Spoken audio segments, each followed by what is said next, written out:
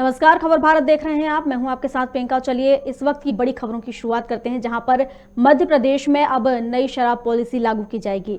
नई पॉलिसी के तहत अंग्रेजी शराब सस्ती होगी। बता दें 1 अप्रैल 2022 से नई नीति लागू की जाएगी। मध्य प्रदेश में नई शराब पॉलिसी लागू की जानी है। नई पॉलिसी के तहत अंग्रेजी शराब अब सस्ती होगी और 1 अप्रैल 2022 से नई नीति लागू कर दी जाएगी।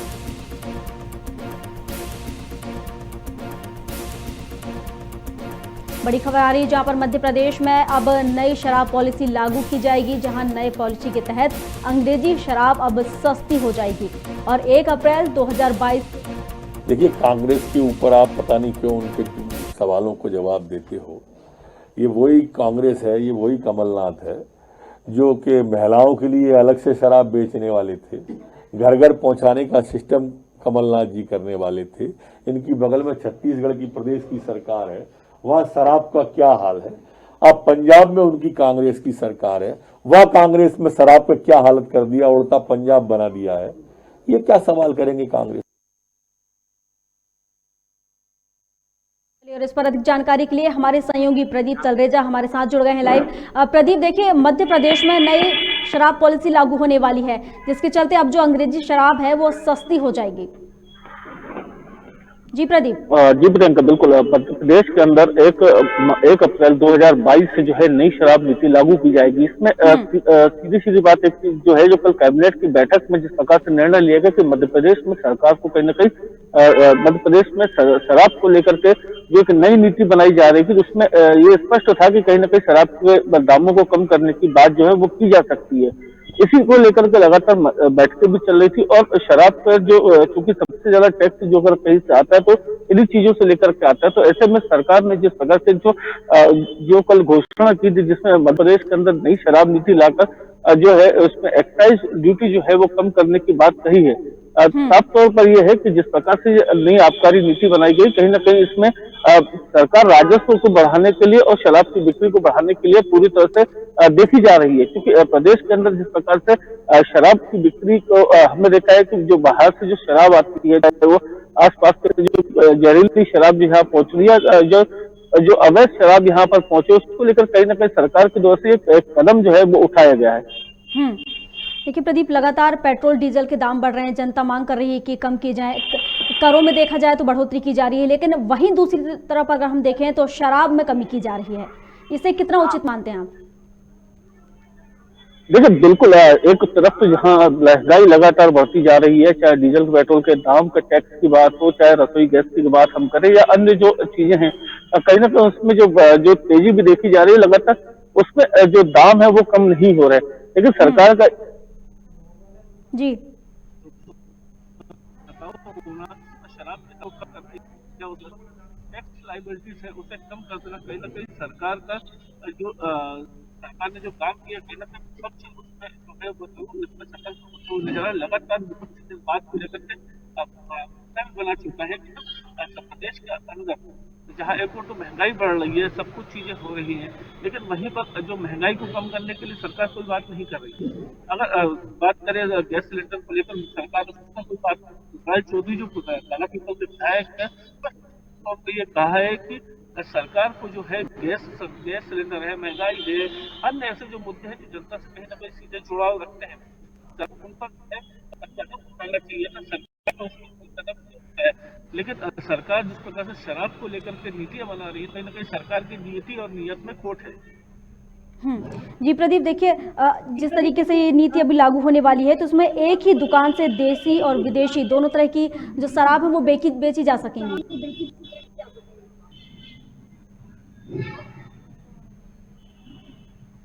जी प्रदीप।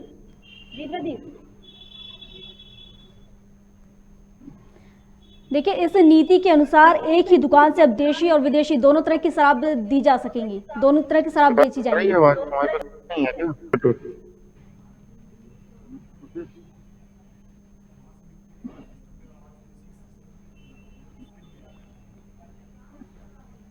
मैसेज पे आ रहा था मोबाइल।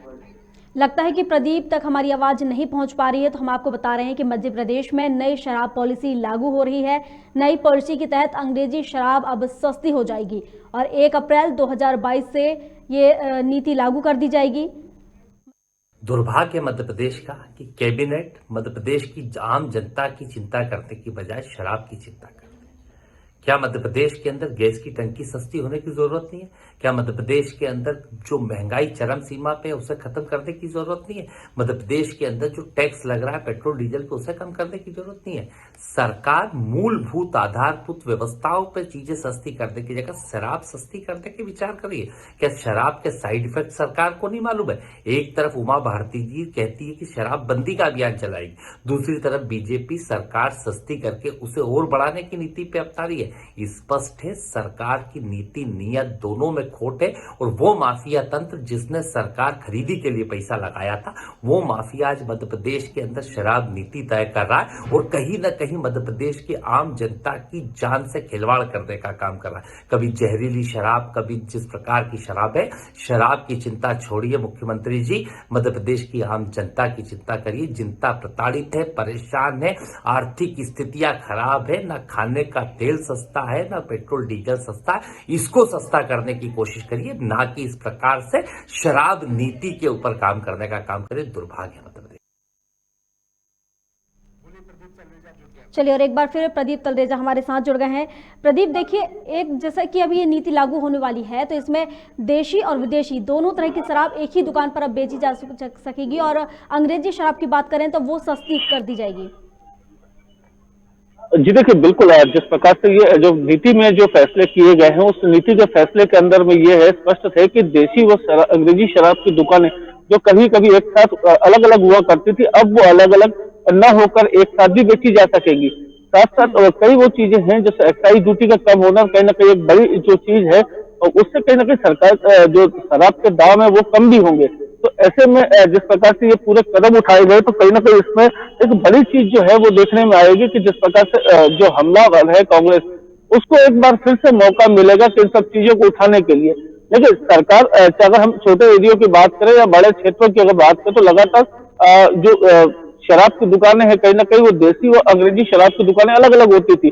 लेकिन अब जिस प्रकार से शराब की दुकानों में एक ही जगह पे सम्मिलित होना वो जो है अब सरकार को व्यापार बढ़ाने के लिए जिस प्रकार से सरकार अपने टैक्स की लायबिलिटीज को ज्यादा कमाने के लिए ये पूरे काम कर रही है, ये जो है एक निर्णय जो है सरकार का कहीं ना कहीं आने वाले दिनों में कांग्रेस के लिए तो ये कहा जा सकता है कि बिल्कुल उसको एक मौका जो है वो कांग्रेस को खुद सरकार ने दिया है कि वो उसको लेकर के जाए। अगर बात हम करें तो हमने कल ही देखा था कि पूर्व मुख्यमंत्री कमलनाथ ने घर घर चलो के अभियान की शुरुआत की है। तो कहीं ना कहीं इस अभियान के माध्यम से अब जो हमने दूसरी चीजें देखी थी जो प्रदेश के अंदर जो इस प्रकार से घटनाएं बढ़ रही हैं वो महंगाई की बात हो या आदिवासियों को प्रताड़ित करने की बात हो उसको लेकर के वो मुद्दा बनाने की बात करती।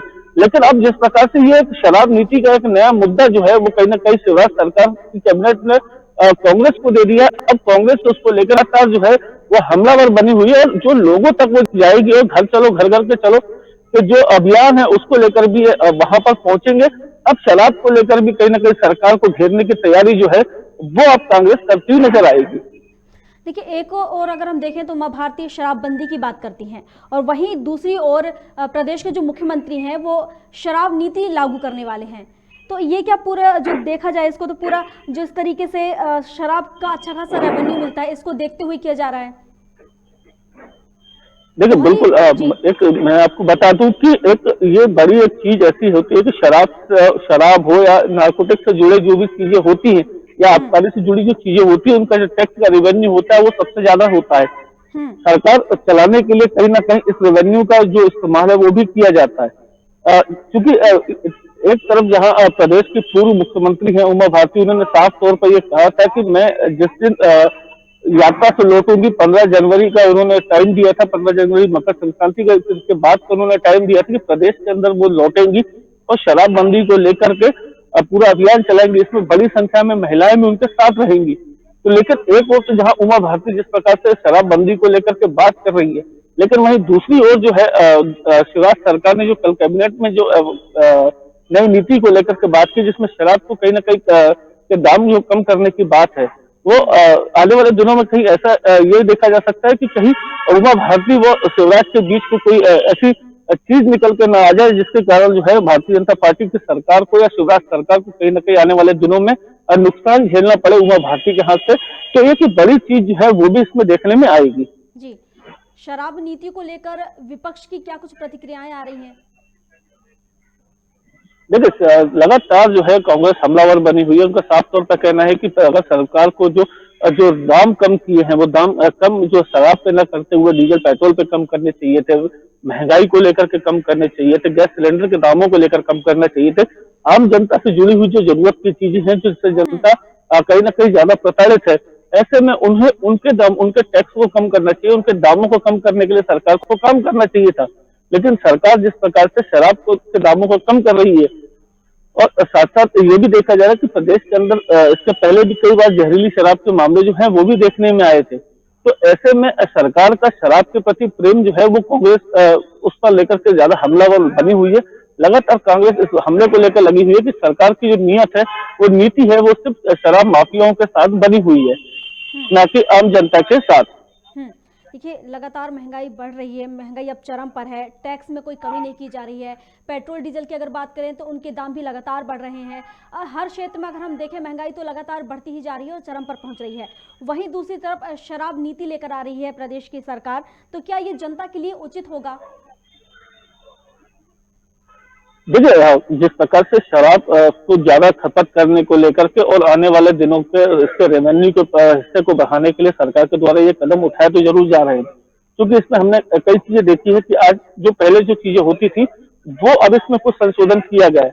मैं कुछ एक चीज आपको इसमें बताना चाहूंगा कि इससे पहले अगर बाढ़ का किसी को लाइसेंस लेना होता था तो उसको उस क्षेत्र संबंधित क्षेत्र से लेकर के पूरी प्रक्रिया उसको दर्ज करानी होती थी। एक बाढ़ के लाइसेंस के लिए जिस प्रकार से जो ये कहा जा सकता है जो स्थान होते हैं, जो रूम्स होते हैं या हॉल वगैरह, जो भी उनकी जो अनिवार्यता होती है वो देखी जाती है। लेकिन अब सरकार ने 1 करोड़ का ट्रांजैक्शन जिनका 1 साल का है, उनको घर पर ही बार खोलने के लाइसेंस जो है वो उन्होंने बात कही गई है।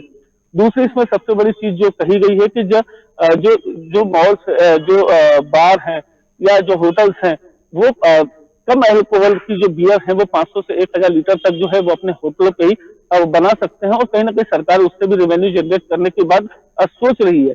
अगर तीसरी एक बड़ी चीज जो इसमें देखने में आ रही है कि जिस प्रकार से शराब को लेकर के जो पार्टियां हैं वो हमलावर बनी हुई है, लेकिन सरकार को जो रेवेन्यू की जो पार्ट बढ़ाने की जो बात है वो भी इसमें देखने में आई है। एक सबसे बड़ी चीज ये देखी गई थी कि आज इससे पहले जब जो था कि जो सिंडिकेट हुआ करते थे, सिंडिकेट ही पूरे प्रदेश पूरे जिले का पूरा शराब का व्यापार करता था, लेकिन अब उन छोटे छोटे व्यापारियों को भी कहीं ना कहीं इसमें रियायत दे जाने की बात की गई, जिससे वो आगे कई जगह तो व्यापार को अपने खोल सके। तो ऐसे में कहीं ना कहीं सरकार का जो रेवेन्यू है वो भी बढ़ेगा, जिसको लेकर के सरकार लगातार कदम भी उठा रही है कि प्रदेश में जो आर्थिक स्थिति है कहीं ना कहीं उसे मजबूत करने के लिए सरकार की एक कदम भी माना जा सकता है।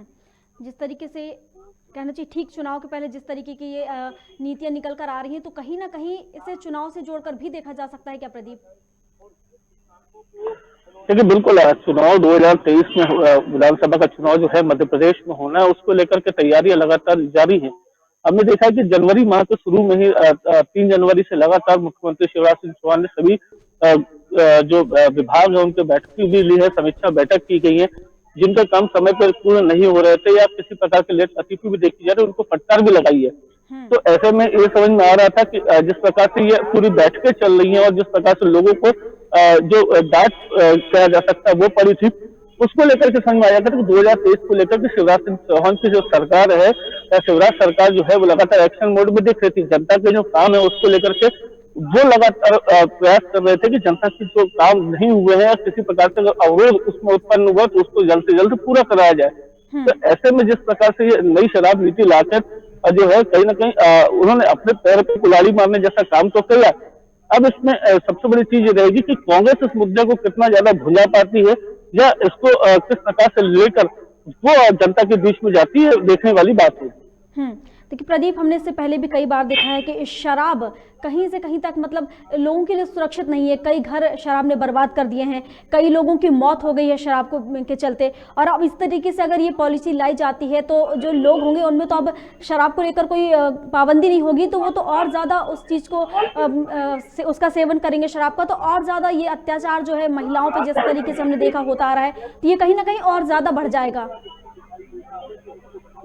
देखिए बिल्कुल, जिस प्रकार से आपने बात बिल्कुल सही कही कि महिलाओं पे कहीं ना कहीं अत्याचार बढ़ने की जो बात है वो भी देखी जाएगी, क्योंकि जो शराब की वजह से कई घरों में हमने लड़ाइयां होते देखी और कई घर को बर्बाद होते भी हमने देखा है। तो ऐसे में सरकार का ये कदम जो है कहीं ना कहीं उन महिला वोटर्स के प्रति भी जो है निगेटिविटी लाएगा। वो कहीं ना कहीं सरकार के इस फैसले से वो महिलाएं भी जो है वो अपना विरोध दिखा पाएंगी, क्योंकि अब कहीं ना कहीं जिस प्रकार से सरकार ने नई शराब नीति बनाकर महिलाओं पर होने वाले अत्याचारों को लेकर कहीं ना कहीं एक जो ये कहा जा सकता है कि एक आने वाले समय के लिए चिंगारी जो है उन्होंने दे दी है। तो ऐसे में कहीं ना कहीं महिला वर्ग जो है वो आंदोलन कर सरकार की नीतियों के खिलाफ भी प्रदर्शन कर सकता है। चलिए ठीक है प्रदीप, आपका बहुत शुक्रिया हमारे साथ जुड़ने के लिए। हम आपको बता रहे थे जहां पर मध्य प्रदेश में नई शराब नीति लागू हुई है, जिसके चलते अब जो अंग्रेजी शराब है वो सस्ती कर दी जाएगी। मध्य प्रदेश में नई शराब पॉलिसी लागू हुई है और नई पॉलिसी के तहत अंग्रेजी शराब अब सस्ती होगी। और आपको बता दें कि 1 अप्रैल 2022 से ये नीति लागू कर दी जाएगी। चलिए अगली खबर की ओर बढ़ते हैं, जहां पर भोपाल में आवारा कुत्तों का आतंक कम होने का नाम नहीं ले रहा है, जिसके चलते अब कवायद शुरू हो गई है और 4 जगहों पर अब एबीसी सेंटर बनाए जाएंगे। नगर निगम के निर्माण कार्य के लिए ये जारी किया गया है टेंडर, जहां पर भोपाल में आवारा कुत्तों का आतंक लगातार बढ़ता जा रहा है, जिसको देखते हुए अब कवायद शुरू कर दी गई है और 4 जगहों पर अब एबीसी सेंटर बनाए जाएंगे। आपको बता दें नगर निगम ने निर्माण कार्य के लिए टेंडर जारी कर दिए हैं और अब आवारा कुत्तों के लिए 4 जगहों पर एबीसी सेंटर बनाए जाएंगे। लगातार बढ़ते आवारा कुत्तों के आतंक के चलते। चलिए और इस पर अधिक जानकारी के लिए विवेक शर्मा हमारे संवाददाता हमारे साथ जुड़ गए हैं। विवेक, देखिए लगातार कुत्तों का आतंक बढ़ता जा रहा है, जिसके चलते अब कवायद शुरू कर दी गई है और 4 जगहों पर एबीसी सेंटर बनाए जाएंगे। क्या अपडेट आपके पास? बिल्कुल प्रियंका, राजधानी में जिस प्रकार कुत्तों का जो कहर बढ़ रहा है उसको लेकर जो है नगर निगम ने आज 2 करोड़ की लागत से बैरागढ़, भेल और जहांगीराबाद और कोलार में जो है एबीसी सेंटर बनाने का जो है टेंडर जारी किया है और कुछ ही दिनों में जो है ये टेंडर जारी हो जाएगा और कुत्तों को जो है सेंटर करने के लिए एबीसी सेंटर बनाए जाएंगे। कहाँ पर बनाया जाएगा ये 4 सेंटर? कोलार, जी, भेल, बैरागढ़ और जहांगीराबाद में ये कॉल सेंटर, एनिमल सेंटर बनाए जाएंगे।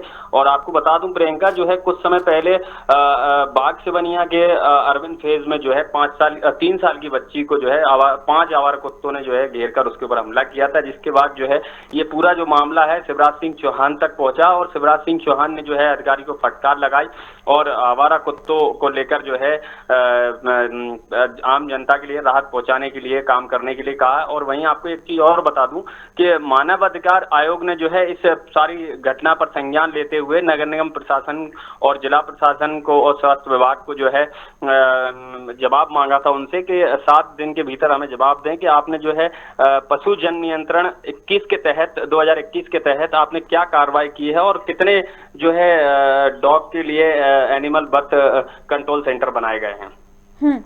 देखिए हमने भी ये लगातार देखा है कि कभी कुत्ते गाड़ियों के पीछे भागते हैं, जिसके चलते आए दिन एक्सीडेंट हो जाते हैं। कहीं बच्चों को देखकर कुत्तों का जो झुंड रहता है वो उन पर झुम जाता है, उन पर हमला कर देता है, उन पर हावी हो जाते हैं। इस थोड़े दिन पहले ही ऐसी घटना हमने अभी एक देखी थी, जिस पर सीएम शिवराज ने फटकार लगाई थी, जैसा कि अभी आपने कहा है। तो इसको देखते हुए ये सेंटर लागू किए गए हैं। आपकी इस पर किसी नगर निगम के अधिकारी से बात हुई है कि किस तरीके की रूपरेखा बनाई जाएगी इसको लेकर? देखिए, बातचीत तो अभी नहीं हो पाई है, लेकिन एक चीज मैं आपको बता दूं कि इससे पहले जो है रातीगढ़ में एक जो है एबीसी सेंटर बनाया गया जिसमें 140 कुत्तों को जो है शेल्टर किया जा सकता है। और वहीं आपको एक चीज और बता दूं सबसे बड़ी कि 40 डॉग स्क्वाड की टीम बनाई गई है जिसमें जो है 6 डॉग कैच व्हीलर नगर निगम के पास हैं और इस पर जो है सालाना 3.5 करोड़ रुपए खर्च होते हैं। पर ये जो 3.5 करोड़ रुपए जो खर्च हो रहे हैं इसका कुछ समझ में नहीं आता कि पैसा कहाँ जा रहा है। अभी तक किसी प्रकार की जो है कहीं भी किसी भी एयर में हर वार्ड में जो है एक ना एक घटना सामने आती है, भोपाल के आपने देखा ही होगा। तो अभी तक जो है किसी भी प्रकार का जो है अधिकारियों के पास कोई डेटा नहीं है कि कितना जो है कुत्तों को नसबंदी की गई है कुत्तों की, और कितना जो है कुत्तों के ऊपर वैक्सीनेशन के ऊपर खर्च किया गया है। अभी तक ये किसी प्रकार की जानकारी जो है नगर निगम के पास है ही नहीं, डेटा ही नहीं है। ये जो अभी एबीसी सेंटर बनाए जाएंगे, क्या कुछ अनुमान है आपको कि कितने लाख रुपए की लागत से, कितनी मतलब लागत से बनाए जाएंगे?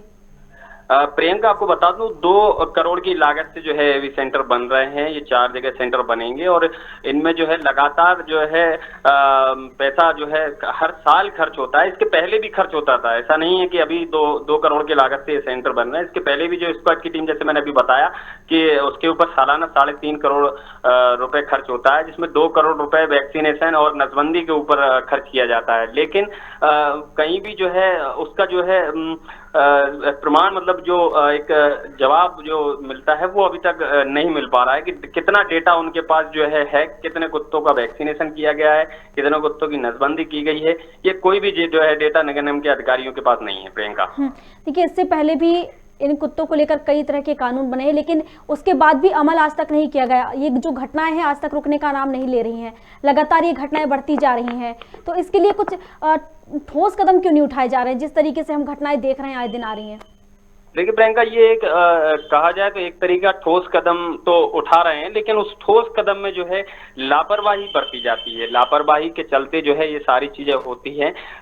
नियम बनते हैं और जो है नियम बनने के बाद जो है इस पर अमल नहीं होता है। इन पर अगर सतर्कता से और सावधानी से काम किया जाए तो शायद कुत्तों को जो है कहीं ना कहीं वैक्सीनेशन देकर और शेल्टर बनाकर उनको उसमें रखा जा सकता है। देखिए, मैं आपको बता दूं एक चीज के आवारा कुत्तों की जो तादाद है वो दिन पे दिन बढ़ती जा रही है और जो कुत्तों की तादाद बढ़ रही है उसमें कहीं ना कहीं कुछ जैसे 10 कुत्ते अगर हैं इसके लिए नसबंदी जैसा प्रावधान भी है, तो नसबंदी क्यों नहीं की जा रही? इनकी जिस तरीके से इनकी जो तादाद बढ़ रही है तो नसबंदी भी की जा सकती है जिसके चलते इन पर रोक लगाई जा सके।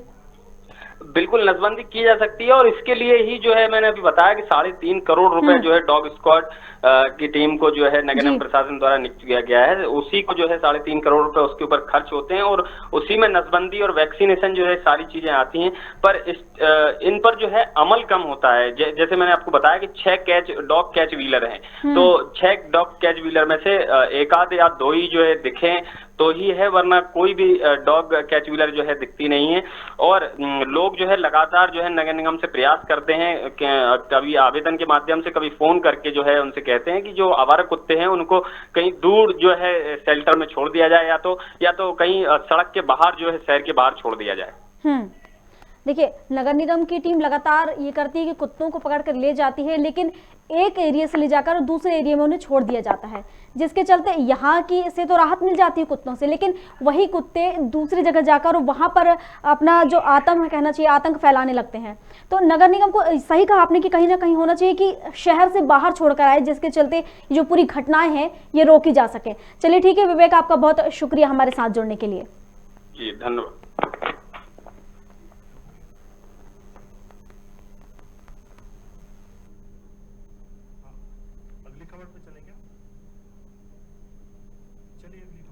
चलिए अगली खबर की ओर बढ़ते हैं, जो कि पुष्पराजगढ़ से आ रही है, जहां पर पुष्पराजगढ़ में वन विभाग ने बड़ी कार्रवाई की है। बता दें, लकड़ियों से भरे 7 वाहन जब्त किए हैं। दस्तावेज मुहैया न करने पर विभाग ने बड़ी कार्रवाई की है। पुष्पराजगढ़ से बड़ी खबर, विभाग ने बड़ी कार्रवाई की है। 7 लकड़ियों से भरे वाहन को जब्त किया है। दस्तावेज मुहैया न कराने पर विभाग ने कार्रवाई की है ये बड़ी।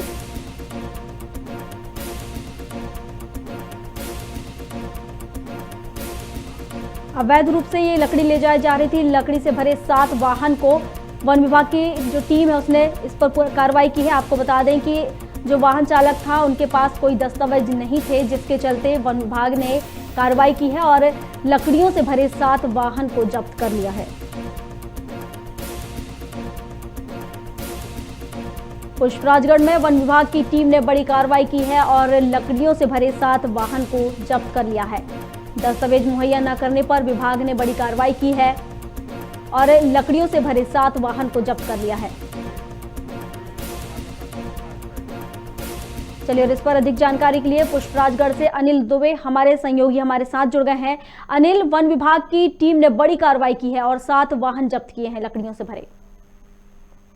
जी, ये आज सुबह तड़के कार्रवाई की गई है और वन विभाग की गश्ती दल जो है इस कार्रवाई को अंजाम दिया है और सवेरे इन 7 वाहनों को लकड़ी से भरा हुआ जब्त किया गया है। वे कार्रवाई राजनांदगांव में ही की गई है और जिनमें नीलगिरी के और साथ में तेंदुपत्ता गोदाम के पास में कार्रवाई की गई है। जी, तो ये लकड़ियां कहाँ से लाई जा रही थी और कहाँ ले जा रहे थे और किस मार्ग पर पकड़ा गया है इनको?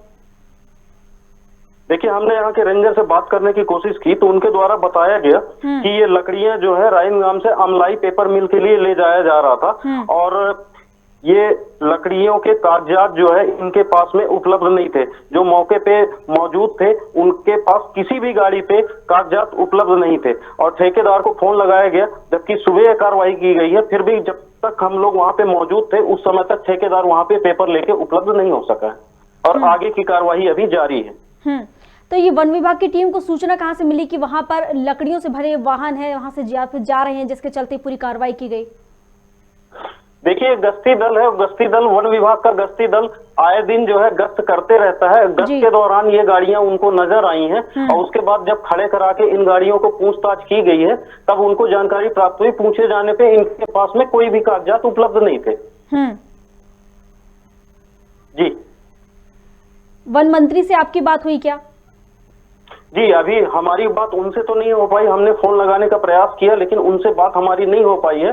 पर वन विभाग के आला अधिकारियों का कहना है कि हम ठेकेदार को फोन लगा रहे हैं और ठेकेदार अगर आता है और अगर उसके सही दस्तावेज अगर उपलब्ध कराता है तो ही गाड़ियां छूट पाएंगी, अन्यथा जो है इस गाड़ियों में जो है जिनके भी खेतों से जो है इन लकड़ियों को काट के लाया गया है, जहां से भी लाया गया है, स्थल पंचनामा करने में वन विभाग का अमला अभी जुटा हुआ है और जानकारियां जुटाई जा रही हैं कि इनके असली मालिक कौन है, ये लकड़ियां कहां से आई हैं, कहां जा रही थी, इनके पुष्ट दस्तावेजों की तलाश की जा रही है। जी, जो लकड़ियों से भरे 7 वाहन को जब्त किया गया है, तो क्या उन वाहन के ड्राइवरों को भी गिरफ्तारी किया गया है? जी, अभी इनके ड्राइवर वहां पे मौके पे मौजूद हैं, इनके ड्राइवर को भी बैठा लिया गया है और नीलगिरी के साथ साथ एक ट्रक पे बांस भी लोड था जो कि पूरी तरह से प्रतिबंधित है और उसके साथ में 100 अन्य ट्रकों में जो है 100 बबूल के भी लकड़ियां उपलब्ध हैं। जी, तो उनसे अगर जैसे कि उनकी गिरफ्तारी हो चुकी मगर पकड़ लिया गया है उन लोगों को, तो उनसे कोई पूछताछ हुई कि उनके जो मालिक हैं कौन है, ठेकेदार कौन है, उनका कुछ जानकारी निकल कर आई? नाम अनिल अग्रवाल उर्फ टीटू बोलते हैं उनको। अनिल अग्रवाल उर्फ टीटू अमलाई के बताए जा रहे हैं और उनको लगातार फोन लगाने का प्रयास किया जा रहा है, उनके द्वारा बुलवाया जा रहा है उनको। जब तक अभी नहीं आते तब तक पूरा टीम जो है वहां पे मौके पे मौजूद है और जो भी कार्रवाई है उनके आने के बाद ही आगे की कार्रवाई की जाएगी। क्या लगता है आपको कि क्या और खुलासे हो सकते हैं इसमें? जी बिल्कुल, बहुत बड़े खुलासे हो सकते हैं, इसलिए क्योंकि आज जो वन विभाग की कार्रवाई है, इस कार्रवाई में 7 जो ट्रक खड़े हुए हैं ये बिना कागज के थे।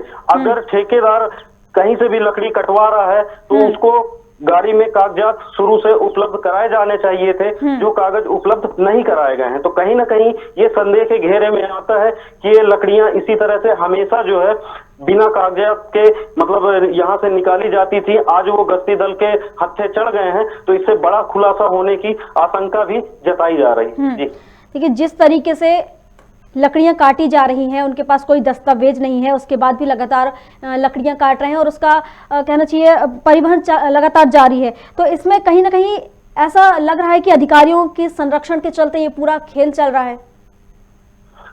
जी बिल्कुल हो सकता है। देखिए, अभी यहाँ पे नवीन पदस्थापना हुई है रेंजर एके निगम की, और उनके आने के बाद ये कार्रवाई हुई है। इसके पहले जो भी यहाँ पे बैठते थे, जिनकी भी पदस्थापना होती थी यहाँ पे, फिर भी एक भी कार्रवाई हमको देखने को नहीं मिली। तो कहीं ना कहीं इनके कार्यप्रणाली पे भी सवालिया निशान खड़े होते हैं। जी ठीक है, चलिए ठीक है, आपका बहुत शुक्रिया हमारे साथ जुड़ने के लिए। बड़ी खबर हम आपको बता रहे थे, जहां पर लकड़ी से भरे 7 वाहनों को नगर वन विभाग की जो टीम है उसने जब्त किया है। और पुष्पराजगढ़ की खबर थी, जहां पर वन विभाग ने बड़ी कार्रवाई की है और लकड़ियों से भरे 7 वाहन को जब्त कर लिया है। बता दें आपको कि दस्तावेज उनके पास नहीं थे, जिसके चलते पूरी कार्रवाई की गई है। लगातार इस तरह से अवैध कटाई की जा रही है और उनके पास दस्तावेज भी नहीं है, तो कहीं ना कहीं इसमें जो वन विभाग की टीम है उनके संरक्षण में ये खेल चल रहा है, ऐसा कहा जा सकता है। और फिलहाल के लिए बस इतना ही। अधिक अपडेट्स के लिए आप बने रहिए हमारे साथ और देखते रहिए खबर भारत। नमस्कार।